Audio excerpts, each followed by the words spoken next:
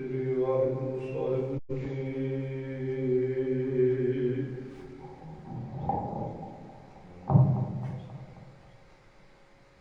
ਬਲਹਾਰੀ ਗੁਰ ਆਪਣੇ ਦਿਵਹਾੜੀ ਸਦਵਾਰ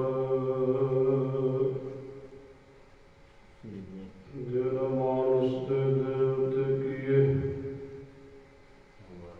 ਕਰਤ ਨ ਲਾਗੀ ਵਾਰ।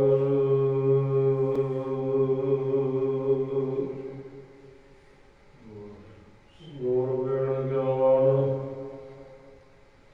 ਧਰਮ ਬਿਨ ਧਿਆਨ ਸੱਚ ਬਿਨ ਸਾਖੀ ਮੁੱਲੋ ਨਾ ਬਾਕੀ।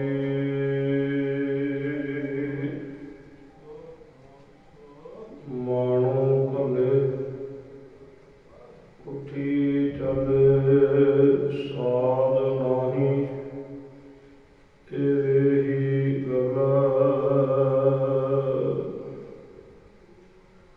ਮੂਕ ਉਚਰਾ ਸ਼ਾਸਤਰ ਖਾਟ ਬਿਗ ਗਿਰਨ ਚੜ ਜਾਏ।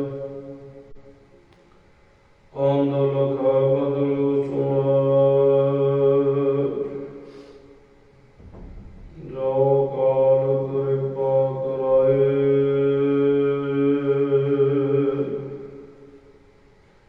ਵਾਹਿਗੁਰੂ ਜੀ ਬਾਬਲ ਤਿਤੜੀ ਦੂਰ ਨਾ ਘਰ ਪਾਈਐ ਬਲਰਾਮ ਜੀ। ਰਸੀ ਵੇਖ ਹਦੂਰ ਬਿਰਲਾਵੀ ਘਰ ਸੋਈਐ ਬਲਰਾਮ ਜੀਓ। ਬਾਬਲ ਤਿਤੜੀ ਦੂਰ ਨਾ ਆਵੈ ਘਰ ਪਈਐ ਬਲਰਾਮ ਜੀਓ। ਵਾਹਿਗੁਰੂ ਜੀ ਕਾ ਖਾਲਸਾ ਵਾਹਿਗੁਰੂ ਜੀ ਕੀ ਫਤਿਹ। ਕੋਟ ਬ੍ਰਾਹਮਣਾਂ ਦੇ ਮਾਲਕ ਵਾਲੀਏ ਕੁਲਿਆਲਮ ਸਰਵਰੇ ਕਾਇਨਾਤ ਜੁਗੋ ਜੁਗ ਅਟਲ ਸਾਹਿਬ ਸ੍ਰੀ ਗੁਰੂ ਗ੍ਰੰਥ ਸਾਹਿਬ ਮਹਾਰਾਜ ਜੀ ਜਿਨ੍ਹਾਂ ਦੀ ਪਾਵਨ ਹਜ਼ੂਰੀ ਅੰਦਰ ਸ਼ੋਭਾਇਮਾਨ ਸਮੂਹ ਸਤ ਸੰਗਤ ਜੀਓ। ਰਹਿਮਤ ਕਿਰਪਾਲੂ ਸਤਿਗੁਰੂ ਜੀ ਵਸਾ ਰਹੇ ਨੇ। ਅੰਮ੍ਰਿਤ ਵੇਲੇ ਦੇ ਦੀਵਾਨਾਂ ਦੀ ਹਾਜ਼ਰੀ ਆਪ ਸਰਬੱਤ ਸੰਗਤ ਮਾਈ ਭਾਈ ਕਰ ਰਹੇ ਹੋ। ਅੰਮ੍ਰਿਤ ਵੇਲੇ ਸਤਿਗੁਰਾਂ ਨੇ ਪਵਿੱਤਰ ਦਰਸ਼ਨ ਉਪਰੰਤ ਪੰਜਾਂ ਬਾਣੀਆਂ ਦੇ ਨਿਤਨੇਮ ਸ੍ਰੀ ਆਸਾ ਜੀ ਦੀ ਵਾਰ ਦੇ ਜਾਪ ਬਖਸ਼ਿਸ਼ ਕੀਤੇ ਨੇ। ਆਓ ਜਿੰਨਾ ਕੁ ਸਮਾਂ ਮਾਲਕ ਸੱਚੇ ਪਾਤਸ਼ਾਹ ਲੜੀ ਵਾਰ ਵਿਚਾਰ ਦਾ ਸਾਡੀ ਝੋਲੀ ਪਾ ਰਹੇ ਨੇ। ਸ਼ਰਵਣ ਕਰਕੇ ਲਾਹ ਪ੍ਰਾਪਤ ਕਰੀਏ। 763 ਅੰਗ ਪਿਛਲੇ ਦੀਵਾਨਾਂ ਵਿੱਚ ਵਿਚਾਰ ਦੌਰਾਨ ਸੰਪੂਰਨ ਹੋਏ ਨੇ। ਅੱਗੇ 764 ਅੰਗ ਤੇ ਪਵਿੱਤਰ ਉਪਦੇਸ਼ ਦੀ ਬਖਸ਼ਿਸ਼ ਕਰ ਰਹੇ ਨੇ। ਆਓ ਸਰਵਣ ਕਰਕੇ ਲਾਹਾ ਪ੍ਰਾਪਤ ਕਰੀਏ। ਮਾਲਕ ਸੱਚੇ ਪਾਤਸ਼ਾਹ ਜੀਵਾਂ ਨੇ ਪ੍ਰਕਰਨ ਇੱਕ ਕੰਨਿਆ ਦਾ ਦੁਨਿਆਵੀ ਤੌਰ ਤੇ ਜਿਵੇਂ ਬਾਪ ਦਾ ਘਰ ਛੱਡ ਕੇ ਤੇ ਇੱਥੋਂ ਉਹਨੂੰ ਸਹੁਰੇ ਪਰਿਵਾਰ ਵਿੱਚ ਜਾਣਾ ਪੈਂਦਾ ਹੈ। ਉਹਦੀ ਉਦਾਹਰਨ ਦੇ ਕਰਕੇ ਉਹਦਾ ਦ੍ਰਿਸ਼ਟਾਂਤ ਦੇ ਕੇ ਮਾਲਕ ਸੱਚੇ ਪਾਤਸ਼ਾਹ ਜੀ ਇਸ ਜੀਵ ਦੇ ਲੋਕ ਤੋਂ ਪਰਲੋਕ ਮਾਰਗ ਦੀ ਵਿਚਾਰ ਕਰ ਆਪਣੇ ਝੋਲੀ ਪਾ ਰਹੇ ਸੀ। ਉਹਦੀ ਆਖਰੀ ਕੌੜੀ ਸ਼ਬਦ ਦੀ ਬਾਕੀ ਹੈ। ਆਓ ਸਰਵਣ ਕਰੀਏ। ਬਾਪ ਬਾਬਲ ਦਿੱਤੜੀ ਦੂਰ, ਨਾ ਘਰ ਆਏ ਨਾ ਘਰ ਪਈਐ ਬਲਰਾਮ ਜੀਓ। ਤੇ ਦੁਨਿਆਵੀ ਤੌਰ ਤੇ ਕਹਿੰਦੇ ਕਿਸੇ ਬੱਚੀ ਦਾ ਨਾਤਾ ਦੂਰ ਜੁੜ ਜਾਵੇ ਨਾ, ਉਹ ਫਿਰ ਛੋਟੀ ਛੋਟੀ ਗੱਲ ਤੇ ਨਾਰਾਜ਼ ਹੋ ਕੇ ਆਪਣੇ ਪਤੀ ਦਾ ਘਰ ਛੱਡ ਕੇ ਇੱਕ ਪਰਿਵਾਰ ਨੂੰ ਨਹੀਂ ਦੌੜਦੀ। ਐਡਾ ਦੂਰ ਦਾ ਹੋਵੇ ਨਾ, ਉਹ ਫਿਰ ਸਮਾਂ ਕੱਢਦੀ ਹੈ ਕਿ ਕੋਈ ਗੱਲ ਨਹੀਂ, ਗੁੱਸੇ ਨਾਰਾਜ਼ਗੀਆਂ ਘਰਾਂ ਦੀਆਂ ਸੌ ਨਹੀਂ। ਪਰ ਜਿਹਦਾ ਏਕਾ ਪਰਿਵਾਰ ਨੇੜੇ ਹੈ, ਉਹ ਛੋਟੀ ਛੋਟੀ ਗੱਲ ਤੇ ਜਲਦੀ ਦੇ ਨਾਲ ਆਪਣੇ ਪੇਕੇ ਪਰਿਵਾਰ ਵਿੱਚ ਪਹੁੰਚ ਕਰਦੀ ਹੈ। ਇਸੇ ਤਰ੍ਹਾਂ ਕਹਿੰਦੇ ਜੀਵ ਰੂਪ ਜਿਹੜੀ ਇਸਤਰੀ ਹੈ, ਬੱਚੀ ਹੈ, ਇਹਨੂੰ ਇਹਦੇ ਬਾਬਲ ਅਕਾਲ ਪੁਰਖ ਨੇ ਕਹਿੰਦੇ ਮਾਤ ਲੋਕ ਤੋਂ, ਇਹ ਮਾਤ ਲੋਕ ਇਹਦਾ ਪੇਕਾ ਘਰ ਹੈ ਜਿੱਥੇ ਆਪਾਂ ਬੈਠੇ, ਇੱਥੋਂ ਦੂਰ ਕਹਿੰਦੇ ਆਪਣੇ ਘਰ ਵਿੱਚ ਜਿਹੜਾ ਪਤੀ ਦਾ ਘਰ ਸੀ ਨਾ, ਜਿਹੜਾ ਮਾਲਕ ਦਾ ਆਪਣਾ ਦੁਆਰਾ ਸੀ, ਉੱਥੇ ਕਹਿੰਦੇ ਬੁਲਾ ਲਿਆ, ਉੱਥੇ ਇਹਨੂੰ ਭੇਜ ਦਿੱਤਾ। ਤੇ ਉਸ ਮਾਲਕ ਤੋਂ ਇਹ ਜੀਵ ਨੂੰ ਕੁਰਬਾਨ ਜਾਣਾ ਚਾਹੀਦਾ। ਰਸੀ ਵੇਖ ਹਦੂਰ ਫਿਰ ਰਾਵੀ, ਘਰ ਸੋਈਐ ਬਲਰਾਮ ਜੀਓ। ਪ੍ਰਤੱਖ ਔਰਤ ਜਿਹੜੀ ਆਪਣੇ ਘਰ ਦੇ ਵਿੱਚ ਨਿਵਾਸ ਰੱਖੇ ਨਾ,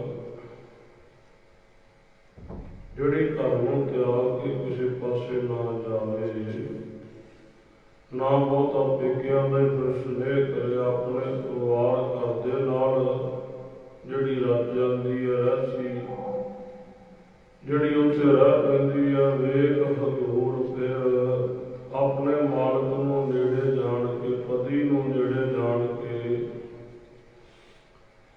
ਉਹਦੀ ਸੇਵਾ ਵਿੱਚ ਲੱਗੀ ਰਹਿੰਦੀ ਹੈ, ਉਹਦੀ ਆਓ ਭਗਤੀ ਕਰਦੀ ਹੈ, ਘਰ ਸੋਈ ਹੈ, ਕਹਿੰਦੇ ਉਹ ਘਰ ਦੇ ਵਿੱਚ ਸ਼ੋਭ ਨਹੀਂ ਹੁੰਦੀ। ਗੁਰਬਾਣੀ ਅੰਦਰ ਮਾਲਕ ਸੱਚੇ ਪਾਤਸ਼ਾਹ ਜੀਆਂ ਨੇ ਰਹਿਮਤ ਕਰਕੇ ਕਿਹਾ ਕਿ ਜਿਹੜੀ ਔਰਤ ਪਤੀ ਦੀ ਸੇਵਾ ਤੋਂ ਵਾਂਝੀ ਹੋਵੇ, ਉਹਨੂੰ ਕਿਹਾ ਜਾਂਦਾ ਸ਼ਾਕ ਲਖਣੀ ਕੋਨਾਰ, ਕੋਟੀ ਇਸਤਰੀ ਤੇ ਕੋਟੇ ਲਖਣ। ਪਰ ਜਿਹੜੀ ਕਹਿੰਦੇ ਪਤੀ ਦੇ ਕਹਿਣੇ ਦੇ ਵਿੱਚ, ਪਤੀ ਦੀ ਸੇਵਾ ਵਿੱਚ ਹਾਜ਼ਰ ਹੈ, ਉਹਦੇ ਨਾਲ ਘਰ ਨੂੰ ਚਲਾਉਣ ਵਾਸਤੇ ਉਪਰਾਲਾ ਚਾਰਾ ਕਰਦੀ ਹੈ, ਉਹ ਸ਼ੋਭਨੀ ਸ਼ੋਭਾਵੰਤੀ ਹੁੰਦੀ ਹੈ। ਪਾਤਸ਼ਾਹ ਕਹਿੰਦੇ ਘਰ ਸੋਈਐ ਬਲਰਾਮ ਜੀਓ। ਫਿਰ ਔਰਤ ਜਿਹੜੀ ਉਹ ਪਤੀ ਦੇ ਘਰ ਹੀ ਸ਼ੋਭਾ ਪਾਉਂਦੀ ਹੈ। ਆਪਾਂ ਦੁਨਿਆਵੀ ਤੌਰ ਤੇ ਕਹਾਵਤ ਸੁਣਦੇ ਹੁੰਦੇ ਕਿ ਧੀਆਂ ਤੇ ਰਾਜੇ ਰਾਣੇ ਨਹੀਂ ਰੱਖ ਸਕਦੇ। ਉਹਦਾ ਭਾਵ ਇਹ ਸੀ, ਇਹ ਨਹੀਂ ਸੀ ਵੀ ਉਹ ਪ੍ਰਸ਼ਾਦਾ ਜਿਹੜਾ ਸੀ ਉਹ ਦੇ ਨਹੀਂ ਸੀ ਸਕਦੇ, ਪਰ ਇਹ ਜਿਹੜੀ ਸ਼ੋਭਾ ਇਸ ਤਰੀਕੇ ਨਾਲ ਹੁੰਦੀ ਹੈ ਕਿ ਜੇ ਔਰਤ ਜਿਹੜੀ ਬੱਚੀ, ਜਿਹੜੀ ਧੀ ਹੈ, ਜਿਹੜੀ ਔਰਤ ਹੈ, ਉਹ ਆਪਣੇ ਪਤੀ ਦੇ ਘਰ ਹੀ ਸ਼ੋਭਾ ਪਾਉਂਦੀ, ਉਹ ਧਨਵੰਤ ਸਰਮਾਏ ਦੇ ਨਾਲ ਸ਼ੋਭਨੀਕ ਨਹੀਂ ਹੋ ਸਕਦੀ। ਸ਼ੋਭਾ ਕਹਿੰਦੇ ਹੁੰਦੀ ਜਦੋਂ ਆਪਣੇ ਪਤੀ ਦੇ ਘਰ ਉਸ ਪਰਿਵਾਰ ਵਿੱਚ ਪਰਚ ਕੇ ਰਹਿੰਦੀ ਹੈ। ਇਸੇ ਤਰ੍ਹਾਂ ਕਹਿੰਦੇ ਜਿਹੜੀ ਜੀਵ ਰੂਪ ਇਸਤਰੀ ਹੈ, ਇਹਦਾ ਏਕਾ ਕਾਸੀ ਗੋਲਰ ਚੱਜ ਅਚਾਰ ਸਿੱਖ ਤੁਧ ਕਦੇ ਨਾ ਲੱਗਾ ਲੋਕ। ਇੱਥੇ ਗੁਰੂ ਨੂੰ ਮਿਲ ਕੇ ਚੱਜ ਤੇ ਆਚਰਣ ਸਿੱਖਣਾ ਸੀ ਜ਼ਿੰਦਗੀ ਦਾ। ਇੱਥੇ ਰਹਿ ਕਰਕੇ ਸਿੱਖਣਾ ਸੀ ਕਿ ਮੇਰਾ ਆਚਰਣ ਕਿਵੇਂ ਦਾ ਹੋਵੇ, ਕਿਵੇਂ ਮੈਂ ਆਪਣੇ ਮਾਲਕ ਦੇ ਅਕਾਲ ਪੁਰਖ ਦੇ ਘਰੇ ਪ੍ਰਵਾਨ ਚੜ੍ਹ ਸਕਾਂ। क्योंकि कबीर जी बख्शिश करते हैं, कबीर ਜਿਹੜਾ ਮੁਕਤੀ ਦਾ ਦੁਆਰਾ ਨਾ, ਕਬੀਰ ਮੁਕਤ ਦੁਆਰਾ ਸੰਕੜਾ ਰਾਹੀ ਦਸਣਾ ਪਾਏ। ਮਨ ਤੋਂ ਮੈਗਲ ਹੋਏ ਰਹੋ, ਕਿਉਂ ਕਰ ਨਿਸਿਓ ਜਾਏ। ਮੁਕਤੀ ਦਾ ਦੁਆਰਾ ਕਹਿੰਦੇ ਬੜਾ ਬਰੀਕ ਹੈ। ਰਾਹੀ ਕਹਿੰਦੇ ਨੇ ਸਰੋਂ ਨੂੰ, ਕਹਿੰਦੇ ਸਰੋਂ ਦੇ ਦਾਣੇ ਦੇ 10ਵੇਂ ਹਿੱਸੇ ਜਨਾਈਆਂ ਬਸ। ਜਿੱਥੋਂ ਮੁਕਤੀ ਦਾ ਜਿਹੜਾ ਦੁਆਰਾ ਜਿਹਦੇ ਵਿੱਚ ਵੀ ਲੰਘਣਾ ਆਉਣਾ ਜੀਵਨ ਨੇ, ਸਰੋਂ ਦੇ ਦਾਣੇ ਤੋਂ 10ਵਾਂ ਹਿੱਸਾ ਦਾ ਕੱਢ ਦਈਏ, 10 ਹਿੱਸੇ ਬਣਾ ਦਈਏ ਸਰੋਂ ਦੇ ਦਾਣੇ ਦੇ, ਉਹਨਾਂ ਕੀ ਹੈ ਮੁਕਤ ਦੁਆਰਾ ਮੌਕਾ। ਕਿਉਂ ਕਰ ਲਿਖਿਆ ਜਾਏ, ਹਾਥੀ ਵਰਗਾ ਮਨ ਹੰਕਾਰੀ ਹੋਇਆ ਪਿਆ, ਕਹਿੰਦੇ ਏਡੇ ਰਸਤੇ ਤੋਂ ਕਿਵੇਂ ਲੰਘੇਗਾ, ਨਹੀਂ ਲੱਗਿਆ ਜਾਣਾ। ਵਕਾਰਾਂ ਦੀ ਪੰਡ ਬੜੀ ਭਾਰੀ ਹੈ, ਦੁੱਖ ਦੀਆਂ ਪੰਡਾਂ ਖੁੱਲੀਆਂ ਸੁੱਖ ਨਾ ਨਿਕਲਿਓ। ਕੋਈ ਜਦੋਂ ਜੀਵਨ ਦੇ ਸਾਧ ਸੰਗਤ ਦੀ ਲੇਖੇ ਦੀ ਗੱਲ ਹੋਈ ਕਿ ਕੇਵਲ ਦੁੱਖਾਂ ਦੀਆਂ ਪੰਡਾਂ ਖੁੱਲ੍ਹ ਕੇ ਸਾਹਮਣੇ ਆਉਣਗੀਆਂ, ਸੁੱਖ ਦਾ ਸਮਾਂ ਕੋਈ ਨਹੀਂ ਨਿਕਲਣਾ। ਪਾਤਸ਼ਾਹ ਕਹਿੰਦੇ ਡਿਠਾ ਸਭ ਸੋ ਸਾਰ ਸੁੱਖ ਨਾ ਨਾਮ ਬਿਨ, ਨਾਮ ਤੋਂ ਬਿਨਾਂ ਸੁੱਖ ਨਹੀਂ ਹੈ। ਤੇ ਉਹਦੇ ਨਾਮ ਦਾ ਸਮਾਂ ਹੀ ਨਹੀਂ ਜੀਵਨ ਵਿੱਚ, ਤੇ ਸਾਧ ਸੰਗਤ ਸੁੱਖ ਨਿਕਲਣਗੇ ਕਿਵੇਂ। ਪਾਤਸ਼ਾਹ ਕਹਿੰਦੇ ਇਸੇ ਤਰ੍ਹਾਂ ਇਹ ਜੀਵ ਰੂਪ ਇਸਤਰੀ ਜੇ ਤਾਂ ਪ੍ਰਵਾਨ ਚੜ੍ਹ ਕੇ ਆਪਣੇ ਮਾਲਕ ਦੇ, ਆਪਣੇ ਪਿਤਾ ਦੇ ਕਹਿਣੇ ਤੇ ਤੁਰ ਕੇ ਆਪਣੇ ਪਤੀ ਦੇ ਘਰ ਤੱਕ ਪਹੁੰਚ ਜਾਂਦੀ ਹੈ। ਹਰ ਦੀ ਮਾਤਾ, ਹਰ ਦੀ ਪਿਤਾ, ਹਰ ਜੀਉ ਪ੍ਰਤਪਾਲਕ, ਹਰ ਦੀ ਮੇਰੀ ਸਾਰ ਕਰੇ ਹਮ ਹਰ ਕੇ ਬਾਲਕ। ਤੇ ਸਾਧ ਸੰਗਤ ਜਿਹੜਾ ਆਪਾਂ ਸ਼ਬਦ ਪੜ੍ਹਦੇ ਹਾਂ ਨਾ ਲਾਉਣ ਦੇ ਸਮੇਂ, ਕਿ ਉਸ ਦੁੱਧ ਨੰਦਾ ਨਾਨਕ ਜੀ ਮੈਂ ਹੱਬ ਵੰਜਾਈ ਛੋੜਿਆ, ਹੱਬ ਕਿੰਜ ਤਿਆਗੀ, ਹੱਬੇ ਸਾਗ ਉਡਾਵੇ ਡਿਠੇ, ਤਉ ਪੱਲੇ ਤੁਹਾਡੇ ਲਾਗੀ। ਇਹ ਪ੍ਰਕਰਨ ਜਿਹੜੇ ਨਾ ਹੁਣੇ ਸੂਹੀ ਰਾਗ ਦੇ ਜਿਹੜੇ ਸ਼ਬਦ ਆ ਰਹੇ, ਸਾਰੇ ਤਕਰੀਬਨ ਵਿਆਹ ਕਾਰਜਾਂ ਦੇ ਪੜ੍ਹੇ ਜਾਣ ਵਾਲੇ ਸ਼ਬਦ ਨੇ। ਇਹ 764 ਤੇ ਆਪਾਂ ਆ ਗਏ ਤੇ 774 ਤੇ ਲਾਵਾਂ ਸੰਪੂਰਨ ਹੋ ਗਈਆਂ ਨੇ। ਤੇ ਸਾਧ ਸੰਗਤ ਉਹ ਇੱਕ ਤਾਂ ਬੁਨਿਆਦੀ ਤੌਰ ਤੇ ਪੜ੍ਹਦੇ ਵੀ ਦੁਨੀਆ ਦੇ ਸਾਰੇ ਨਾਤੇ ਜਿਹੜੇ ਨਾ ਕੁਝ ਕੁ ਸਮੇਂ ਵਾਸਤੇ, ਕਿਉਂਕਿ ਹੁਣ ਤੱਕ ਆਪਾਂ ਵੇਖਦੇ ਬਾਬਾ ਫਰੀਦ ਜੀ ਕਹਿੰਦੇ ਫਰੀਦਾ ਕਿੱਥੇ ਤੁਹਾਡੇ ਬਾਬਿਆਂ ਚੁੰਨੀ ਕੁੰਜਾਣੇ ਹੋਏ, ਤਾਂ ਬਸ ਲੱਗ ਗਿਆ ਦੋ ਅਜੇ ਨਾ ਪੂਰੀ ਨਹੀਂ ਹੋਈ। ਮਾਪੇ ਸਦਾ ਨਹੀਂ ਨਿਭਣ ਵਾਲੇ ਹੁੰਦੇ ਨਾਲ। ਵੈਸੇ ਸਮੇਂ ਦੀ ਹੇਰ ਫੇਰ ਪਤਾ ਨਹੀਂ, ਕਈ ਵਾਰੀ ਪੁੱਤਰ ਪਹਿਲਾਂ ਚਲੇ ਜਾਂਦੇ ਨੇ, ਧੀਆਂ ਪਹਿਲਾਂ ਚਲੇ ਜਾਂਦੀਆਂ, ਪਰ ਜੇ ਉਮਰਾਂ ਦੀ ਸਹੀ ਮੰਜ਼ਿਲ ਮਿਲਦੀ ਜਾਵੇ ਤੇ ਮਾਂ ਤੇ ਬਾਪ ਜਿਹੜੇ ਨੇ ਉਹ ਪਹਿਲਾਂ ਸਾਥ ਛੱਡ ਜਾਂਦੇ, ਨਾਲ ਹੀ ਨਿਭ ਸਕਦੇ। ਭਰਾਵਾਂ ਤੇ ਭੈਣਾਂ ਦੇ ਨਾਤੇ ਉਹਨਾਂ ਕੁ ਚਿਰ ਤੱਕ ਸਾਧ ਸੰਗਤ ਦੀ ਜ਼ਿਆਦਾ ਨੇੜੇ ਹੁੰਦੇ ਨੇ ਜਿੰਨੀ ਦੇਰ ਤੱਕ ਉਹਨਾਂ ਦੇ ਆਪਣੇ ਵਿਆਹ ਕਾਰਜ ਨਹੀਂ। ਜਦੋਂ ਜਦੋਂ ਵਿਆਹ ਕਾਰਜ ਹੁੰਦੇ ਗਏ, ਪਰਿਵਾਰ ਵਿੱਚ ਪਰਚਦੇ ਗਏ, ਉਹ ਭੈਣਾਂ ਭਰਾਵਾਂ ਦੇ ਪਿਆਰ 'ਚ ਵੀ ਫਰਕ ਪੈਣ ਲੱਗ ਪੈਂਦਾ।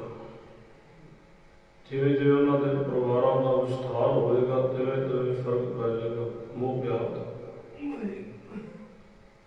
ਇਸੇ ਤਰ੍ਹਾਂ ਜਿਹੜੇ ਬੱਚਿਆਂ ਨੂੰ ਆਪਾਂ ਆਪਣੇ ਘਰ ਵਿੱਚ ਜਨਮ ਦੇ ਕੇ ਪਾਲਦੇ, ਜਦੋਂ ਸਾਡੇ ਮਾਂ ਬਾਪ ਨੇ ਸਾਨੂੰ ਪਾਲਿਆ ਸੀ, ਉਹ ਆਪਾਂ ਵੇਖਿਆ ਵੀ ਉਹ ਵੀ ਫਰਕ ਪੈ ਗਿਆ। ਜੇ ਮਾਂ ਬਾਪ ਦੇ ਸਾਹ ਚੱਲਦੇ ਵੀ ਨੇ ਨਾ,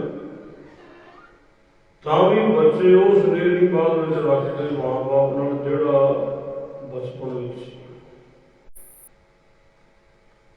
ਕੋਈ ਕੰਮਾਂ ਕਾਰਾਂ 'ਚ ਪਰਤਿਆ, ਕੋਈ ਵਿਦੇਸ਼ਾਂ ਨੂੰ ਚਲਾ ਗਿਆ, ਕਿਤੇ ਜਾ ਕੇ ਕਿਸੇ ਨੇ ਆਪਣੀ ਜ਼ਿੰਦਗੀ ਦਾ ਸਮਾਂ ਬਤੀਤ ਕਰ ਲਿਆ, ਉਹ ਮਾਂ ਬਾਪ ਨਾਲੋਂ ਵੀ ਨਾਤਾ ਦੂਰ ਹੋ ਗਿਆ। ਜਿਵੇਂ ਅੰਗਰੇਜ਼ਾਂ ਦਾ ਹਿਸਾਬ ਦਾ ਜਾਈ, ਉਹ ਕਹਿੰਦੇ ਜਦੋਂ 18 ਸਾਲ ਦਾ ਬੱਚਾ ਹੋ ਜਾਂਦਾ ਤੇ ਫਿਰ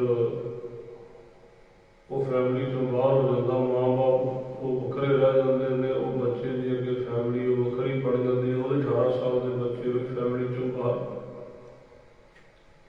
ਇਹ ਤਕਰੀਬਨ ਸਾਰੇ ਇਦਾਂ ਹੀ ਜਾਂਦੇ। ਸਾਧ ਸੰਗਤ ਉਹ ਸਾਰੇ ਨਾਤੇ ਜਿਹੜੇ ਸੀ ਨਾ, ਭਾਵੇਂ ਪੇਟ ਤੋਂ ਜਨਮੇ ਬੱਚੇ ਵੀ ਨੇ, ਉਹ ਵੀ ਸਾਧ ਸੰਗਤ ਦੀ ਸਾਥ ਛੱਡਣ ਵਾਲੇ ਨੇ। ਤਾਂ ਕਰਕੇ ਗੁਰਬਾਣੀ ਦਾ ਜਿਹੜਾ ਆਪਾਂ ਕਰੀਅਤ ਲੈਂਦੇ ਵੀ ਹਵੇ ਸਾਥ ਉਡਾਵੇ ਡੰਡੇ। ਜਿੰਨੇ ਦੁਨੀਆ ਦੇ ਹੋਰ ਸਾਥ ਨੇ ਸਾਰੇ ਝੂਠੇ ਧੱਕੇ ਨੇ, ਤਾਂ ਪੱਲੇ ਤੁਹਾਡੇ ਲਾ। ਉਹ ਜੀਵ ਰੂਪ ਇਸਤਰੀ ਦਾ ਜਿਹੜੀ ਪ੍ਰਤੱਖ ਇਸਤਰੀ ਆਪਣੇ ਪਤੀ ਦੇ ਬਾਬਤ ਕਹਿ ਰਹੀ ਵੀ ਮੈਂ ਪਤੀ ਪਰਮੇਸ਼ਰ ਤੇਰੇ ਪੱਲੇ ਤਾਂ ਲੱਗੀ ਹੈ ਕਿ ਸਾਰੇ ਦੁਨੀਆ ਦੇ ਨਾਤੇ ਮੈਨੂੰ ਝੂਠੇ ਦੱਸੇ।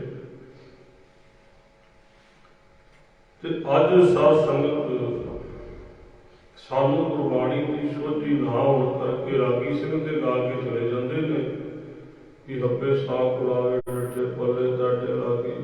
ਹੁਣ ਜੀਵ ਨੂੰ ਇਸ ਗੱਲ ਦੀ ਸੋਝੀ ਨਹੀਂ ਤੇ ਥੋੜੇ ਕੁ ਸਮੇਂ ਬਾਅਦ ਪੱਲਾ ਛੁੱਟ ਜਾਂਦਾ।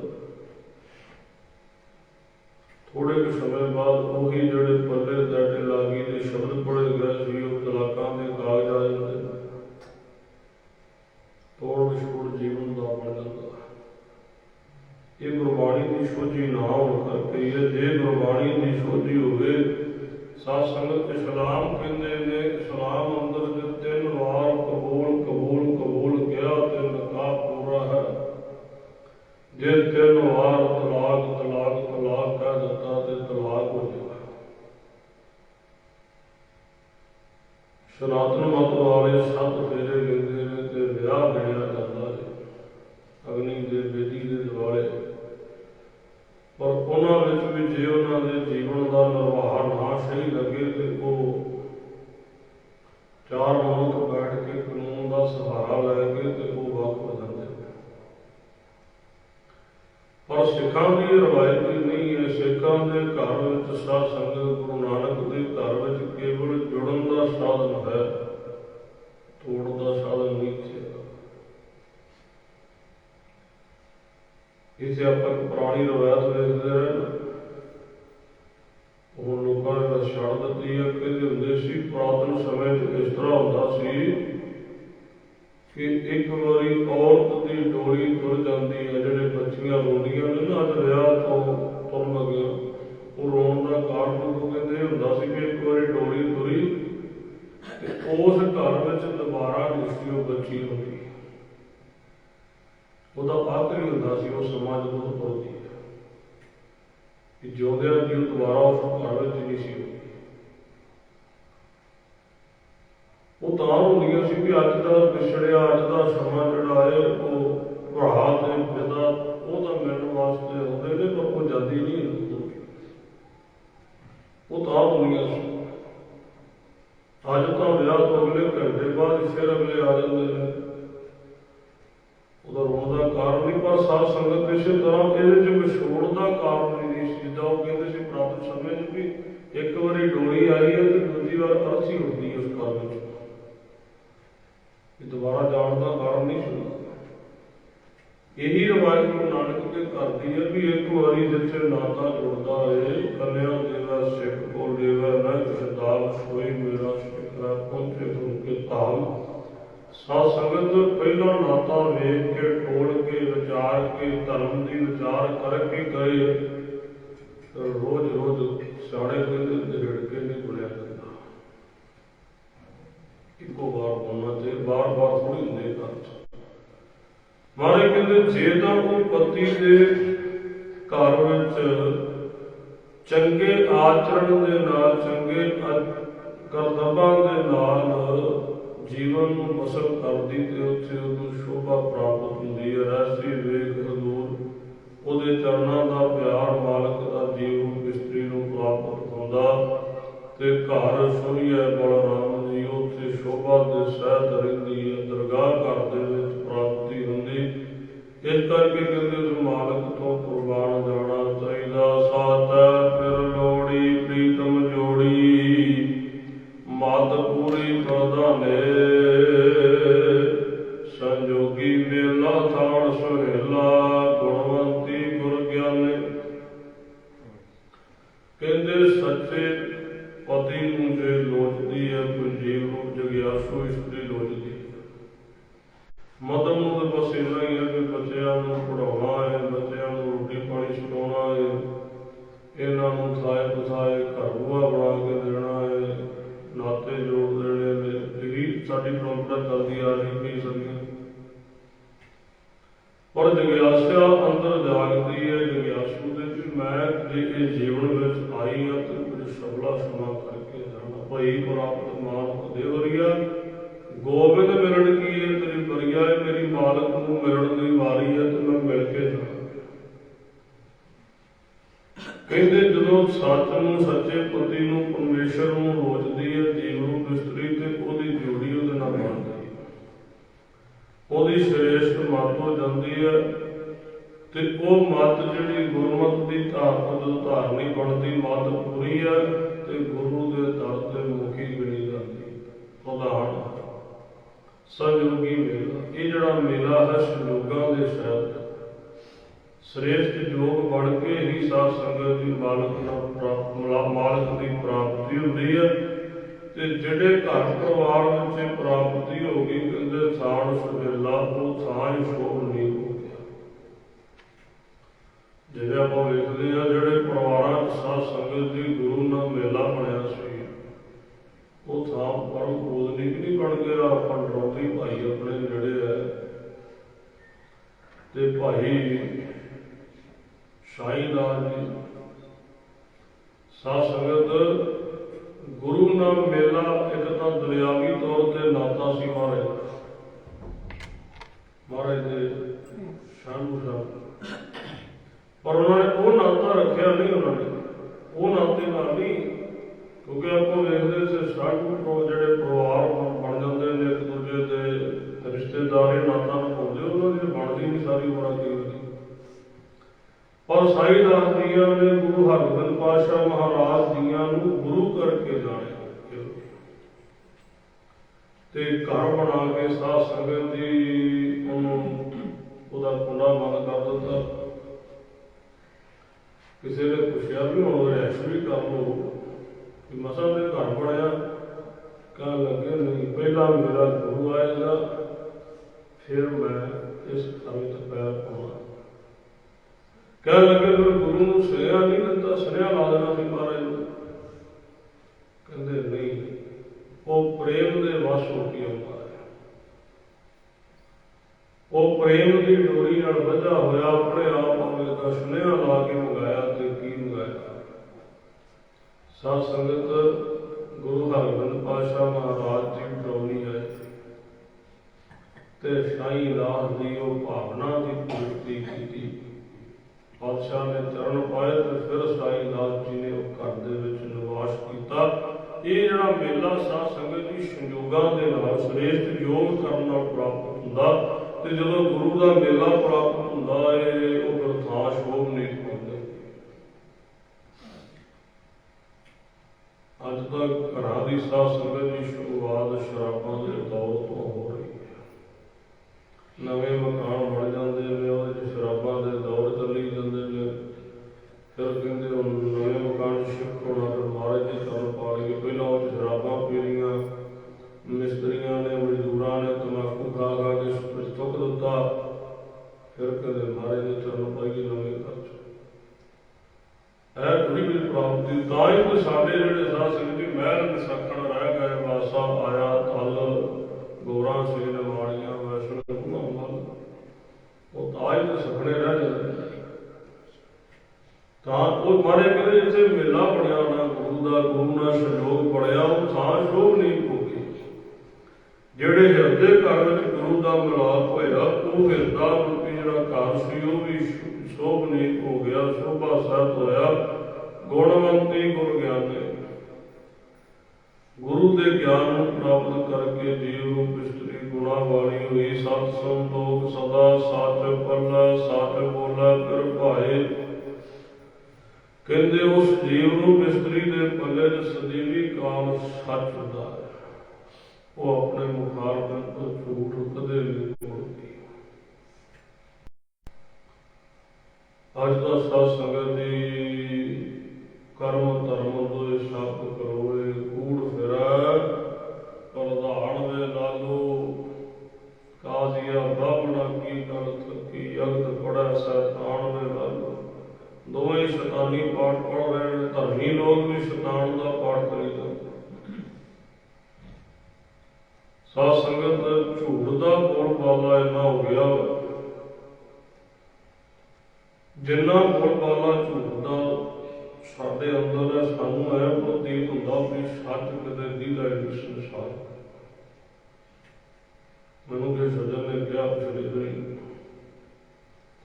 ਕਹਿੰਦੇ ਜੀ ਕਿਸੇ ਬੰਦੇ ਨੇ ਕਿਹਾ ਵੀ ਜਿਹੜਾ ਉਹਦਾ ਡੇਟ ਬਦਲਣ ਦੀ ਗੱਲ ਹੋਈ ਸੀ ਨਾ ਅਖੰਡ ਪਾਠ ਦੀ,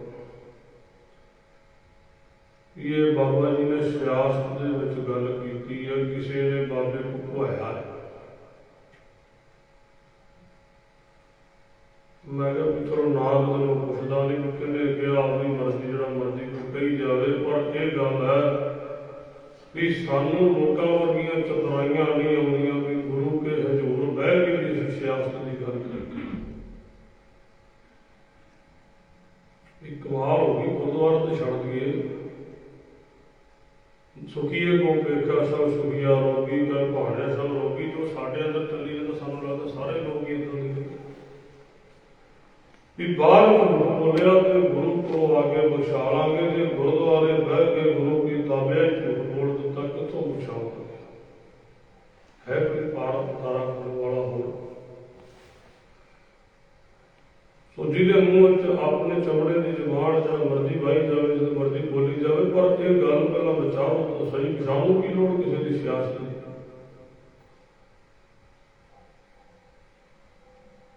ਕਿੰਨੀ ਉਮਰ ਜਿਹੜੀ ਸੰਸਾਰ ਦੀ ਹੋ ਗਈ, ਅਜੇ ਤੱਕ ਇੱਕ ਵੀ ਵੋਟ ਜਿਹੜੀ ਆ ਕਿਸੇ ਪਾਰਟੀ ਨੂੰ ਨਹੀਂ ਪਈ, ਨਾ ਸ਼ਾਇਦ ਪਵੇਗੀ ਚੱਲਦੇ ਸਮਾਂ 'ਚ। ਆਪਾਂ ਲੈਣਾ ਕੀ ਹੈ ਸਿਆਸਤ ਤੋਂ, ਕਿਸੇ ਰਾਜਨੀਤੀ ਤੋਂ? ਕੋਈ ਆਪਣੇ ਘਰੇ ਰਾਜਾ ਹੋਵੇ, ਆਪਣੇ ਘਰੇ ਭਿਖਾਰੀ ਹੋਵੇ। ਪਰ ਮੇਰੀ ਬੇਨਤੀ ਵੀ ਇਹੋ ਜਿਹੀਆਂ ਗੱਲਾਂ ਜਿਹੜੀਆਂ ਆਪਸ ਵਿੱਚ ਤੁਹਾਡੇ ਨਗਰਾਂ 'ਚ ਕਈ ਸੰਬੰਧ ਹੁੰਦੇ ਨੇ, ਕਈ ਪਾਰਟੀਆਂ ਹੁੰਦੀਆਂ, ਵੀ ਕਰੀ ਜਾਓ। ਸਿਰ ਨਾਲ ਬੇਨਤੀ ਕੀਤੀ ਸੀ ਵੀ ਅਖੰਡ ਪਾਠੀ ਨਹੀਂ ਮਿਲਦੇ, ਤਾਂ ਕਰਕੇ ਬੇਨਤੀ ਕੀਤੀ ਹੈ। ਜਕਾਰਾ ਛੱਡ ਕੇ ਸਹਿਮਤੀ ਦੇ ਦਿੱਤੀ, ਬਾਹਰ ਜਾ ਕੇ ਸਿਆਸਤ ਦੀ ਗੱਲ। ਕਮਾਲ ਹੋ ਗਈ। ਉਹ ਕਮ ਸੇ ਕਮ ਜਦੋਂ ਮੱਥਾ ਟੇਕਦੇ ਹੋ ਉਦੋਂ ਇੰਨਾ ਡਰ ਕੇ ਰੱਖੋ ਕਿ ਜੇ ਉਹਦੇ ਹਜ਼ੂਰ ਜਿਹੜੀ ਗੱਲ ਹੁੰਦੀ ਹੈ ਉਹ ਸੱਚ ਹੋਵੇ। ਆਪਾਂ ਕਿਹੜੇ ਰਾਜਨੀਤਿਕ ਲੀਡਰਾਂ ਵੀ ਝੂਠ ਬੋਲਾਂਗੇ ਵੀ ਆਪਣੇ ਮਤਲਬ ਵਾਸਤੇ? ਇਹਨਾਂ ਘਰਾਂ ਤੋਂ ਡਰਿਆ ਕਰੋ, ਨਾਲੇ ਸਾਡੇ ਮਨ ਤੋਂ ਡਰ ਰਹਿੰਦਾ ਕਿ ਅਸੀਂ ਗੁਰੂ ਕੇ ਹਜ਼ੂਰ ਸੱਚ ਬੋਲ ਸਕੀਏ। ਮਾਰੇ ਕਹਿੰਦੇ ਜਿਹੜੀ ਸੱਚ ਬੋਲਦੀ ਹੈ ਨਾ ਜੀਵ ਇਸਤਰੀ, ਸੰਤੋਖ ਉਹਦੇ ਪੱਲੇ ਵਿੱਚ ਹੈ, ਸਦਾ ਸੱਚ ਪੱਲੇ ਰਹੂਗਾ। ਕਹਿੰਦੇ ਜੇ ਸੱਚ ਰੱਖੇਗਾ ਜੀਵਨ ਵਿੱਚ, ਸੱਚ ਬੋਲੇਗਾ ਤੇ ਸੱਚ ਪੱਲੇ ਚ ਰਹੇਗਾ, ਉਹਨੂੰ ਸਬਰ ਰਹੇਗਾ। ਸੱਚ ਬੋਲਾ ਕਰ ਭਾਏ, ਕਿਉਂਕਿ ਸੱਚ ਬੋਲਿਆ ਹੀ ਮਾਲਕ ਨੂੰ ਝੂਠ ਨਹੀਂ ਬੋਲਦਾ। ਸੱਚ ਸਾਧ ਸੰਗਤ ਦੀ ਕਈ ਵਾਰੀ ਸੁਣਨ ਵਿੱਚ ਬੜਾ ਕੌੜਾ ਲੱਗਦਾ। ਹੁਣ ਸਦਾ ਜਿਹੜੀ ਗੱਲ ਮੈਂ ਕੀਤੀ ਹੈ ਇਹ ਵੀ ਵੱਡੀ ਬਣੇ, ਕਿਉਂਕਿ ਜਿਹਨੇ ਕਿਹਾ ਹੋਇਆ ਉਹਨੂੰ ਤਾਂ ਕੱਪੜੇ ਨੂੰ ਅੱਗ ਲੱਗਣੀ ਹੁੰਦੀ। ਮੈਂ ਕਿਹਾ ਸੀ ਮੇਰੀ ਦੱਸ ਕੇ ਨਹੀਂ ਦਿੱਤੀ। ਪਰ ਕਹਿੰਦੇ ਜੇ ਕੋ ਬੋਲਾ ਸੱਚ ਕੂੜਾ ਜਲ ਜਾਵੇ, ਜੇ ਸੱਚ ਬੋਲਾਂਗੇ ਤੇ ਕੂੜੇ ਨੂੰ, ਝੂਠ ਨੂੰ ਤੇ ਉਹ ਫੜਾ ਹੁੰਦਾ। ਪਰ ਮਾਰੇ ਕਹਿੰਦੇ ਸੱਚ ਜਿਹੜਾ ਨਾ ਦੁਨਿਆਵੀ ਤੌਰ ਤੇ ਭਾਵੇਂ ਕਿਸੇ ਨੂੰ ਕੌੜਾ ਲੱਗੇ, ਪਰ ਫਿਰ ਭਾਏ ਮਾਲਕ ਨੂੰ ਜ਼ਰੂਰ ਪਾਉਂਦਾ। ਉਹਦੇ ਦਰ ਤੇ ਸੱਚਾ ਰਹਿੰਦਾ ਹੈ ਜੀਵ। ਨਾਨਕ ਵਿਛੜ ਨਾ ਦੁੱਖ ਪਾਏ, ਗੁਰਮਤਿ ਅੰਕ ਸੁਣਾਏ। ਕਹਿੰਦੇ ਫਿਰ ਗੁਰੂ ਨਾਲੋਂ ਵਿਛੋੜਾ ਕਦੇ ਨਹੀਂ ਹੁੰਦਾ, ਨਾ ਦੁੱਖ ਮਿਲਦਾ, ਦੁੱਖ ਦੀ ਪ੍ਰਾਪਤੀ ਨਹੀਂ ਹੁੰਦੀ। ਤੇ ਗੁਰੂ ਦੀ ਮੱਤ ਉਹਦੇ ਪੱਲੇ ਚ ਪੈਂਦੀ, ਉਹਦੇ ਘਰ ਆਂਗਣ ਵਿਹੜੇ ਵਿੱਚ ਗੁਰੂ ਦੀ ਮੱਤ ਆ ਜਾਂਦੀ, ਉਹਦੇ ਵਿੱਚ ਸਮਾ ਜਾਂਦਾ ਹੈ। ਰਾਗ ਸੂਹੀ ਮਹੱਲਾ ਪਹਿਲਾ, ਛੰਦ ਘਰ ਦੂਜਾ ਇੱਕ ਓੰਕਾਰ ਸਤਿਗੁਰ ਪ੍ਰਸਾਦ। ਸੂਹੀ ਰਾਗ ਅੰਦਰ ਪਹਿਲੇ ਪਾਤਸ਼ਾਹ ਗੁਰੂ ਨਾਨਕ ਦੇਵ ਮਹਾਰਾਜ ਜੀ ਬਖਸ਼ਿਸ਼ ਕਰ ਰਹੇ ਨੇ। ਛੰਦ ਦੇ ਸਰਲੇਖ ਹੇਠੇ ਬਾਣੀ ਹੈ, ਦੂਜੇ ਘਰ ਸੁਰ ਤਾਲ ਵਿੱਚ ਗਾਉਣ ਦਾ ਹੁਕਮ ਹੈ। ਇੱਕ ਓੰਕਾਰ ਸਤਿਗੁਰ ਪ੍ਰਸਾਦ। ਕਹਿੰਦੇ ਉਹ ਮਾਲਕ ਅਕਾਲ ਪੁਰਖ ਇੱਕ ਹੈ, ਸੱਚੇ ਗੁਰੂ ਦੀ ਰਹਿਮਤ ਨਾਮ ਦੀ ਪ੍ਰਾਪਤੀ ਹੁੰਦੀ ਹੈ। ਹਮ ਘਰ ਸਾਜਨ ਆਏ,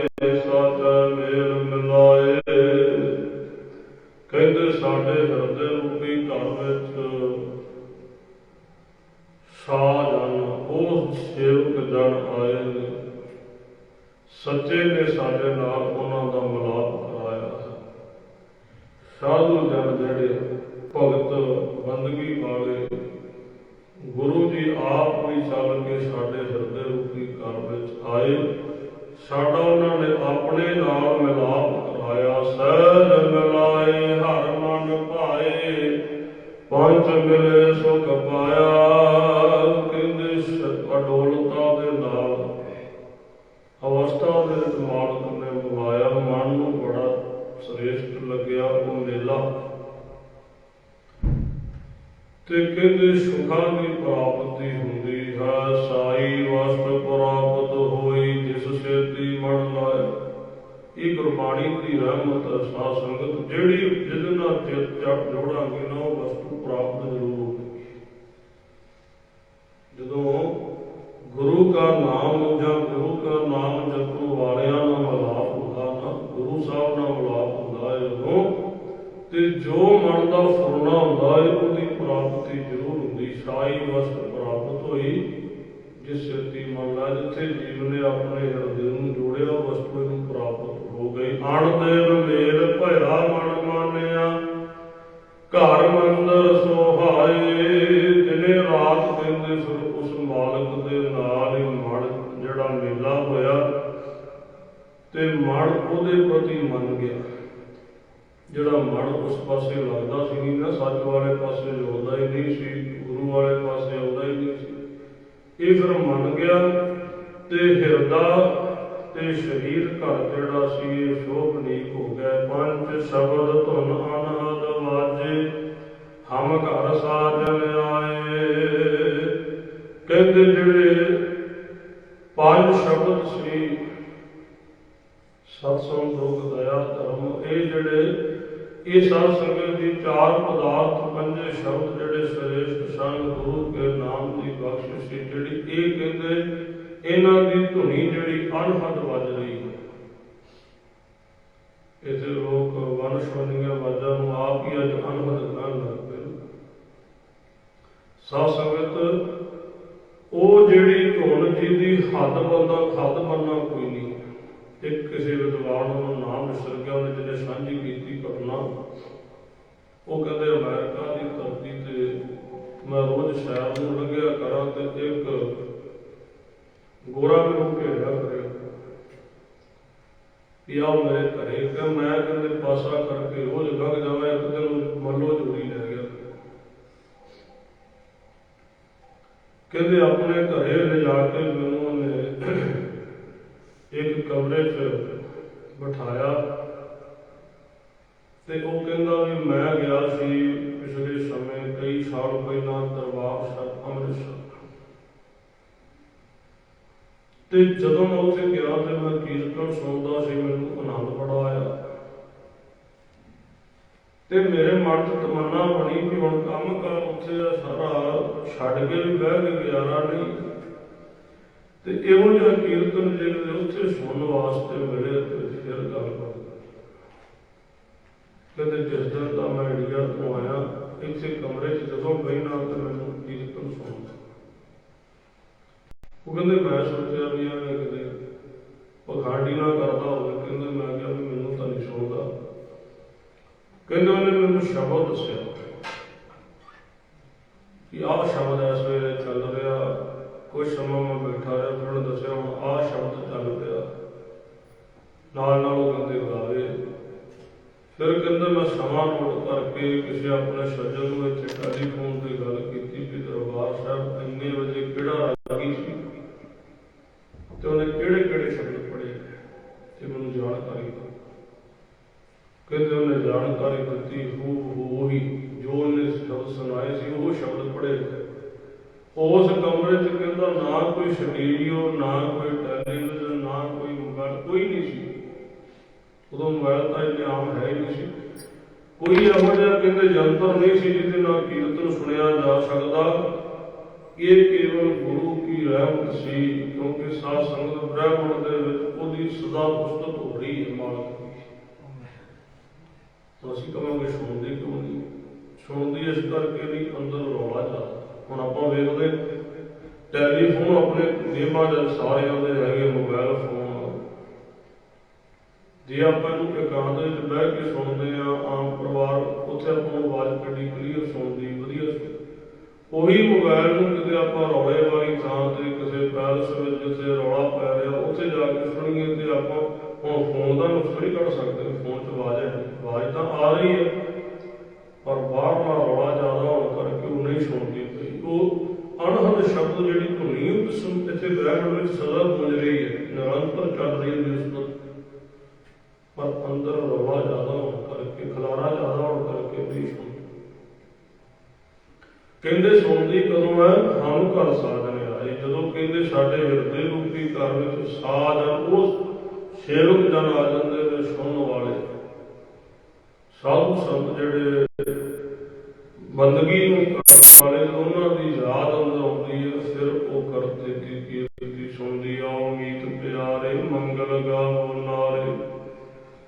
ਕਹਿੰਦੇ ਫਿਰ ਆਪਣੇ ਮਾਲਕ ਦੇ ਚਰਨਾਂ ਦੀ ਬੇਨਤੀ ਇਹ ਕਰਿਆ ਕਰ ਵੀ ਆਓ ਮੇਰੇ ਮਿੱਤਰ ਪਿਆਰੇ ਅਕਾਲ ਪੁਰਖ, ਜਦੋਂ ਤੁਸੀਂ ਮੇਰੇ ਘਰ ਵਿੱਚ ਆਓਗੇ, ਹਿਰਦੇ ਰੂਪੀ ਘਰ ਚ ਆਓਗੇ ਤੇ ਮਹਾਤਮਕ ਰੂਪੀ ਸਖੀਆਂ ਜਿਹੜੀਆਂ ਨੇ ਮਿਲ ਕੇ ਮੰਗਲ ਗਾਉਣਗੀਆਂ, ਉਸਤਤ ਗਾਉਣਗੀਆਂ। ਸੱਚ ਮੰਗਲ ਗਾਵੋ ਤਾਂ ਪ੍ਰਭ ਭਾਵੋ, ਸੋਇ ਲੜਾ ਜੁਗ ਚਾਰੇ।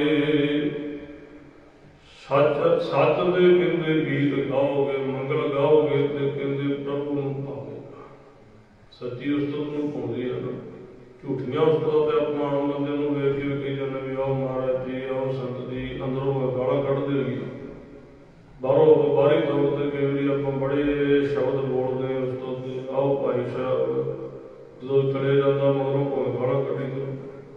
ਇਹ ਝੂਠੀ ਉਸਤਤ, ਇਹ ਮੀਆਂ ਬੈਠੋ ਕਿ ਮੂੰਹ ਤੇ ਕੋਈ ਹੋਰ ਤੇ ਪਿੱਠ ਪਿੱਛੇ ਹੋਰ, ਪਰ ਕਹਿੰਦੇ ਕਰਦੇ ਦੀ ਜਿਹੜੀ ਸੱਚ ਮੰਗਲ ਗਾਵੋ ਤਾਂ ਪ੍ਰਭ, ਉਹਦੀ ਉਸਤਤ ਸੱਚੀ ਹੈ। ਉਹ ਸੱਚੇ ਨੂੰ ਗਾਵਾਂਗੇ, ਕਹਿੰਦੇ ਉਸ ਮਾਲਕ ਦੇ ਦਰ ਪ੍ਰਵਾਨ ਚੜਾਂਗੇ। ਸੋਇ ਲੜਾ ਜੁਗ ਚਾਰੇ, ਚੌਂ ਜੁਗਾਂ ਦੇ ਕਦੇ ਸੁੱਖਾਂ ਦੀ ਪ੍ਰਾਪਤੀ ਹੋਵੇਗੀ। ਚੌਂ ਜੁਗਾਂ 'ਚ ਉਹਦੇ ਸੋਇਲੜੇ ਜਿਹੜੇ ਗਾਏ ਜਾ ਰਹੇ ਨੇ, ਚੌਂ ਜੁਗਾਂ ਦੀ ਉਹ ਸੱਚ ਸੀ ਮਾਲਕ। ਗੁਰੂ ਨਾਨਕ ਪਾਤਸ਼ਾਹ ਕਹਿੰਦੇ ਆਦਿ ਸੱਚ ਜੁਗਾਦ ਸੱਚ ਹੈ ਵੀ ਸੱਚ, ਨਾਨਕ ਹੋਸੀ ਵੀ ਸੱਚ। ਆਪਣੇ ਘਰ ਆਇਆ ਥਾਨ ਸੁਹਾਇਆ, ਕਾਰਜ ਸ਼ਬਦ ਸਵਾਰੇ। ਜਦੋਂ ਕਹਿੰਦੇ ਉਹ ਮਾਲਕ ਆਪਣੇ ਘਰ ਵਿੱਚ ਆਇਆ ਨਾ, ਹਿਰਦੇ ਦੇ ਵਿੱਚ, ਤੇ ਹਿਰਦਾ ਸ਼ੋਭਨੀ ਸ਼ੋਭਾ ਦੇ ਸਹਿਤ ਹੋਇਆ ਤੇ ਸਾਰੇ ਜਿਹੜੇ ਜੀਵਨ ਦੇ ਕਾਰਜ ਸੀ ਉਹ ਸ਼ਬਦ ਨੇ ਸਵਾਰ ਦਿੱਤੇ। ਸ਼ਬਦ ਦੀ ਕਮਾਈ ਸਾਧ ਸੰਗਤ ਦੀ ਥੋੜੀ ਜਿਹੀ ਕਠਿਨ ਹੈ, ਪਰ ਜਦੋਂ ਸ਼ਬਦ ਦੀ ਕਮਾਈ ਦੀ ਉਹ ਕੰਮ ਲੱਗ ਪੈਂਦਾ ਨਾ, ਕੋਈ ਐਸਾ ਕਾਰਜ ਨਹੀਂ ਜਿਹੜਾ ਸੌਰੇ। ਪਰ ਇੱਕ ਦੇ ਥਿਰ ਕਰ ਬੈਸੋ ਹਰ ਜਨ ਪਿਆਰੇ, ਸਤਿਗੁਰੂ ਤੁਮਰੇ ਕਾਜ ਸਵਾਰ। ਪਾਤਸ਼ਾਹ ਕਹਿੰਦੇ ਘਰ ਸੁਖ ਵਸਿਆ, ਬਾਹਰ ਸੁਖ ਪਾਇਆ, ਕਹੋ ਨਾਨਕ ਗੁਰੂ ਮੰਤਰ ਤਰੜਾਇਆ। ਗਿਆਨ ਮਹਾਰਸ ਕਿਰਤਰੀ ਅਜੜ, ਤ੍ਰਿਭਵਨ ਰੂਪ ਦਿਖਾਇਆ। ਕਹਿੰਦੇ ਜਿਹੜਾ ਗਿਆਨ ਦਾ ਰਸ, ਇਹ ਬੜਾ ਮਹਾਨ, ਬੜਾ ਉਤਮ ਰਸ ਹੈ ਗਿਆਨ ਦਾ। ਤੇ ਸਾਧ ਸੰਗਤ ਨੇਤਰਾਂ ਦੇ ਵਿੱਚ ਕਹਿੰਦੇ ਉਹ ਗਿਆਨ ਅੰਜਨ ਗੁਰ ਦੀਆ, ਗਿਆਨ ਅੰਧੇਰ। ਗਿਆਨ ਦਾ ਸੁਰਮਾ, ਗਿਆਨ ਦਾ ਕਹਿੰਦੇ ਕੱਜਲ ਨੇਤਰਾਂ 'ਚ ਪਾਉਣਾ ਕਰੇ। ਫਿਰ ਤਿੰਨਾਂ ਭਵਨਾਂ ਦੇ ਵਿੱਚ ਹੀ ਉਹ ਮਾਲਕ ਦੇ ਦਰਸ਼ਨ ਹੁੰਦੇ ਨੇ। ਸਖੀ ਮਿਲੋ ਰਸ ਮੰਗਲ ਗਾਵੋ, ਹਮ ਘਰ ਸਾਧ ਲਿਆਇਆ। ਕਹਿੰਦੇ ਮਹਾਤਮਾ ਰੂਪੀ ਸਖੀਆਂ ਦੇ ਨਾਲ, ਸਤ ਸੰਗਤ ਰੂਪੀ ਸਖੀਆਂ ਨਾਲ ਮਿਲ ਕੇ ਰਸ ਦੇ ਵਿੱਚ ਹੋ ਕੇ ਉਹਦੇ ਗੁਣਾਂ ਨੂੰ ਗਾਉਣਾ। ਰਸ ਵਿੱਚ ਕਿ ਉਹਦਾ ਰਸ ਮਾਣ ਕੇ ਵੱਧਾ ਚੱਟੀ ਨਾ ਹੋਵੇ ਵੀ ਹੁਣ ਜੇ ਸਾਰੇ ਵਾਹਿਗੁਰੂ ਕਹਿ ਰਹੇ ਮੈਨੂੰ ਵੀ ਕਹਿਣਾ ਪੈਣਾ। ਕਹਿੰਦੇ ਖੁਸ਼ੀ ਦੇ ਨਾਲ, ਰਸ ਦੇ ਨਾਲ ਉਹਦੇ ਗੁਣਾਂ ਨੂੰ ਗਾ, ਤੇਰੇ ਹਿਰਦੇ ਘਰ ਵਿੱਚ ਉਹ ਮਾਲਕ ਜੀ ਆਪ ਆਉਣਗੇ। ਤਨ ਮਨ ਅੰਮ੍ਰਿਤ ਭਿੰਨਾ, ਅੰਤਰ ਪ੍ਰੇਮ ਰਤਨਾ। ਕਹਿੰਦੇ ਮਨ ਤੇ ਤਨ ਜਿਹੜਾ ਹੈ ਇਹ ਅੰਮ੍ਰਿਤ ਵਿੱਚ ਭਿੱਜ ਜਾਵੇਗਾ। ਜਿਨ੍ਹਾਂ ਦੇ ਅੰਦਰ ਪ੍ਰੇਮ, ਕਹਿੰਦੇ ਪ੍ਰੇਮਾ ਰੂਪੀ ਰਤਨ ਹੈ, ਰਤਨਾਂ ਤੋਂ ਮਹਿੰਗਾ ਜਿਨ੍ਹਾਂ ਦੇ ਅੰਦਰ ਪ੍ਰੇਮ ਹੈ, ਕਹਿੰਦੇ ਉਹਨਾਂ ਦਾ ਮਨ ਤੇ ਤਨ ਦੋਵੇਂ ਹੀ ਅੰਮ੍ਰਿਤ ਵਿੱਚ ਭਿੱਜ ਜਾਂਦੇ। ਸਾਧ ਸੰਗਤ ਸੰਤ ਬਾਬਾ ਸੁੰਦਰ ਸਿੰਘ ਜੀ ਖਾਲਸਾ ਜੀ ਪਿੰਡਰਾਂ ਦੇ ਨਾਮ, ਜਿਨ੍ਹਾਂ ਤੋਂ ਜਥਾ ਪਿੰਡਰਾਂ ਚੱਲਦਾ ਹੈ, ਉਹਨਾਂ ਦਾ ਨਗਰ ਸੀ ਪਿੰਡਰਾਂ ਕਲਾਂ। ਤੇ ਸਾਧ ਸੰਗਤ ਇੱਥੇ ਭਿੰਡਰ ਕਲਾਂ ਜਿਹੜਾ ਗੁਰਦੁਆਰਾ ਅਖੰਡ ਪ੍ਰਕਾਸ਼ ਇਹ ਕੁੜੀਆ ਦੇ ਵਿੱਚੋਂ ਅੰਮ੍ਰਿਤ ਛੰਨਿਆ ਸਿੰਘਾਂ ਨੇ ਟਕਸਾਲ ਦੇ ਨਾਲ ਸਮੇਂ ਦੇਖਿਆ। ਉਹ ਕਿਉਂ ਛੰਨਿਆ? ਮਾਰੇ ਕਹਿੰਦੇ ਅੰਤਰ ਪ੍ਰੇਮ ਰਤਨਾ, ਜਿਨ੍ਹਾਂ ਦੇ ਅੰਦਰ ਪ੍ਰੇਮ ਹੈ। ਜਦੋਂ ਪ੍ਰੇਮ ਵਾਲੇ ਸਾਧ ਸੰਗਤ ਦੀ ਬੰਦਗੀ ਕਰਦੇ, ਗੁਣ ਗਾਉਂਦੇ ਨੇ ਨਾ, ਤੇ ਮਨ ਤਾਂ ਅੰਮ੍ਰਿਤ ਭਿੰਨਾ, ਮਨ ਤੇ ਤਨ ਦੋਵੇਂ ਅੰਮ੍ਰਿਤ ਚ ਭਿੱਜ ਜਾਂਦੇ ਨੇ। ਉਹ ਕੰਧਾਂ ਚੋਂ ਅੰਮ੍ਰਿਤ ਛਿੰਨਿਆ ਸਾਧ ਸੰਗਤ, ਜਿਵੇਂ ਸਲਾਵਾ ਨਹੀਂ ਆ ਜਾਂਦਾ। ਉਹ ਆਪਾਂ ਵੇਖਦੇ ਬਰਫ ਵਾਲੇ ਭਾਂਡੇ ਦੇ ਬਾਹਰਲੇ ਬੰਨੇ ਪਾਣੀ ਲੱਗ ਜਾਂਦਾ, ਐਂ ਕਰਕੇ ਕੰਧਾਂ ਤੇ ਪਾਣੀ ਦੀਆਂ ਬੂੰਦਾਂ, ਜਲ ਦੀਆਂ ਬੂੰਦਾਂ ਬਣ ਗਈਆਂ। ਚੱਕ ਕੇ ਵੇਖਿਆ ਤੇ ਅੰਮ੍ਰਿਤ ਦਾ ਰਸ ਉਹਦੇ ਵਿੱਚ। ਅੰਤਰ ਰਤਨ ਪਦਾਰਥ ਮੇਰਾ ਪਰਮ ਤਤ ਵਿਚਾਰੋ, ਕਹਿੰਦੇ ਅੰਦਰ ਜਿਹੜਾ ਰਤਨਾ ਤੋਂ ਵਰਗਾ ਮਹਿੰਗਾ ਅੰਮ੍ਰਿਤ ਦਾ ਪਦਾਰਥ ਹੈ ਜੀਵ ਦੇ, ਪਰ ਇਹ ਕਹਿੰਦੇ ਪ੍ਰਗਟ ਕਿਵੇਂ ਹੋਵੇਗਾ? ਜਦੋਂ ਤਤ ਦੀ ਵਿਚਾਰ ਕਰੇਗਾ। ਤਤ ਕੀ ਹੈ? ਅਕਾਲ ਪੁਰਖ ਮੋਢ ਹੈ। ਚੰਦ ਭੇਖ ਤੂੰ ਸਭਨਿਓ ਦਾਤਾ, ਸਿਰ ਸਿਰ ਤੇ ਬਣਾਓ। ਇਹ ਜਿੰਨੇ ਜੀਵ ਜੰਤੂ ਸਾਰਿਆਂ ਦੇ ਭੇਖ ਵਿੱਚ ਕਹਿੰਦੇ ਮਾਲਕ ਦੀ ਤੁਸੀਂ ਆਪ ਹੀ ਹੋ।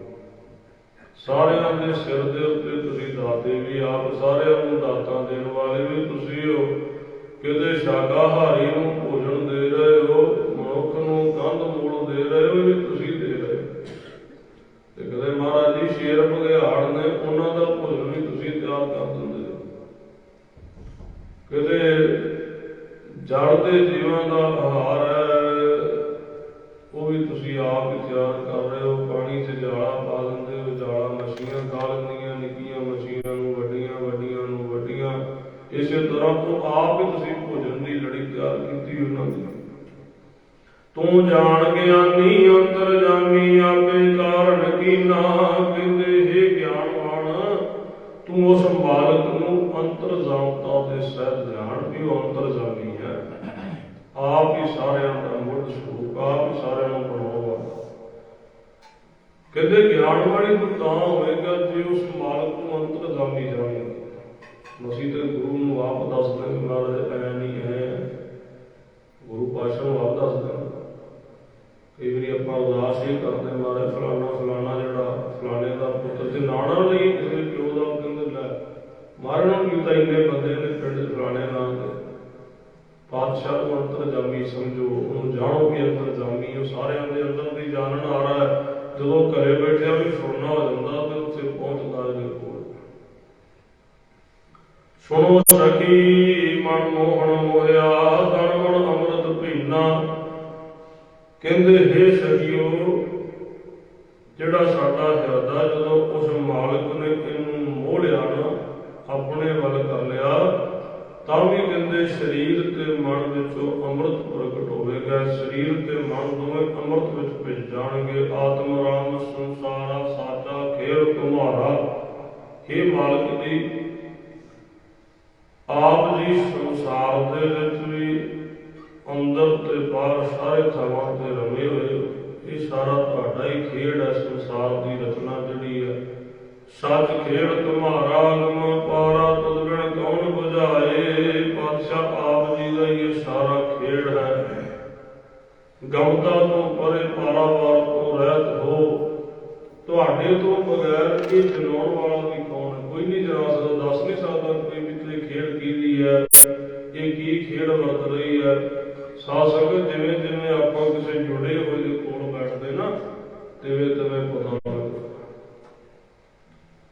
ਮੈਂ ਪਹਿਲਾਂ ਸਟੇਜ ਤੇ ਕਰਨਾ ਸਾਂਝੀ ਕੀਤੀ। ਅਸੀਂ ਲੁਧਿਆਣੇ ਦੇ ਕੋਲ ਇੱਕ ਨਗਰ, ਉੱਥੇ ਚਲੇ ਗਏ, ਕੋਈ ਗੁਰਸਿੱਖ ਰਹਿੰਦੇ ਸੀ ਉਹ। ਵੈਸੇ ਅਸੀਂ ਉਹਨਾਂ ਦੇ ਕੋਲ ਮਿਲਣ ਗਿਲਣ ਵਾਸਤੇ ਗਏ ਤੇ ਉਹ 2-3 ਮਨੁੱਖ ਇੱਕੋ ਹੀ ਅਵਸਥਾ ਦੇ ਬੈਠੇ ਸੀ। ਤੇ ਮੇਰੇ ਨਾਲ ਇੱਕ ਰਾਗੀ ਸਿੰਘ ਸੀ, ਉਹ ਆਪਸ ਵਿੱਚ ਗੱਲਾਂ ਕਰਨ। ਉਹ ਰਾਗੀ ਮੈਨੂੰ ਬਾਅਦ ਚ ਬਾਹਰ ਆ ਕੇ ਕਹਿੰਦਾ ਵੀ ਇਹ ਕਿੱਦਾਂ ਦੀਆਂ ਗੱਲਾਂ ਕਰਦੇ ਸੀ, ਜਿਵੇਂ ਇਸ ਲੋਕ ਦੇ ਵਾਸੀ ਨਾ ਹੋਣ, ਵੀ ਹੋਰ ਹੀ ਗੱਲਾਂ ਕਰੀਏ, ਮੇਰੇ ਤਾਂ ਸਮਝ ਨਹੀਂ ਆਉਂਦੀਆਂ। ਮੈਂ ਕਿਹਾ ਭਾਈ ਗੁਰਮੁਖਾ, ਮਹਾਰਾਜ ਨੇ ਕਿਹਾ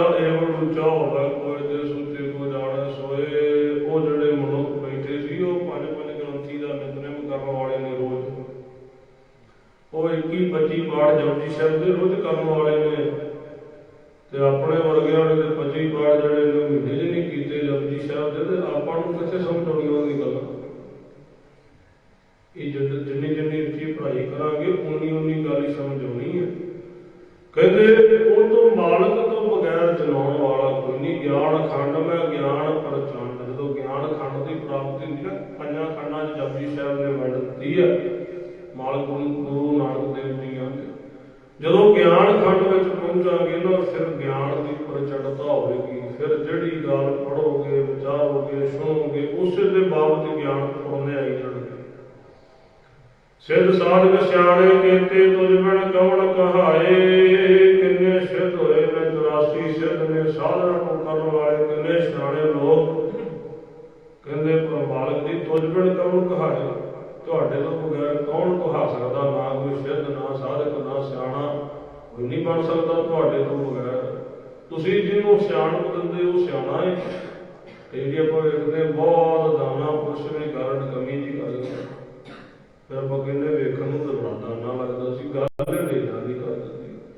ਉਹ ਸਿਆਣਪ ਕੌਣ ਦੇਣ ਵਾਲਾ? ਸਾਧ ਸੰਗਤ ਸਰੀਰਾਂ ਦੇ ਦਾਨੇਪਣ ਨਾਲ ਸਿਆਣਪ ਥੋੜ੍ਹੀ ਹੁੰਦੀ। ਉਹ ਸਿਆਣਪ ਦਿੰਦਾ ਹੈ ਤੇ 12 ਸਾਲਾਂ ਦਾ ਬੂੜਾ ਵੀ ਕਹਿੰਦਾ ਹੈ ਕਿ ਮਾਲਕ ਦੀ ਕੋਈ ਰੱਬ ਦੇ ਘਰ ਦੀ ਗੱਲ ਸੁਣਾਓ। ਤੇ ਜੇ ਉਹ ਸਿਆਣਪ ਨਹੀਂ ਦਿੰਦਾ ਤੇ 80 ਸਾਲਾਂ ਦਾ ਬਾਬਾ ਵੀ ਕਹਿੰਦਾ ਇਹ ਗਾਣਾ ਕੋਈ ਚਕਵਾ ਜਿਹਾ ਲਾਓ, ਗੱਲ ਨਹੀਂ ਬਣਦੀ।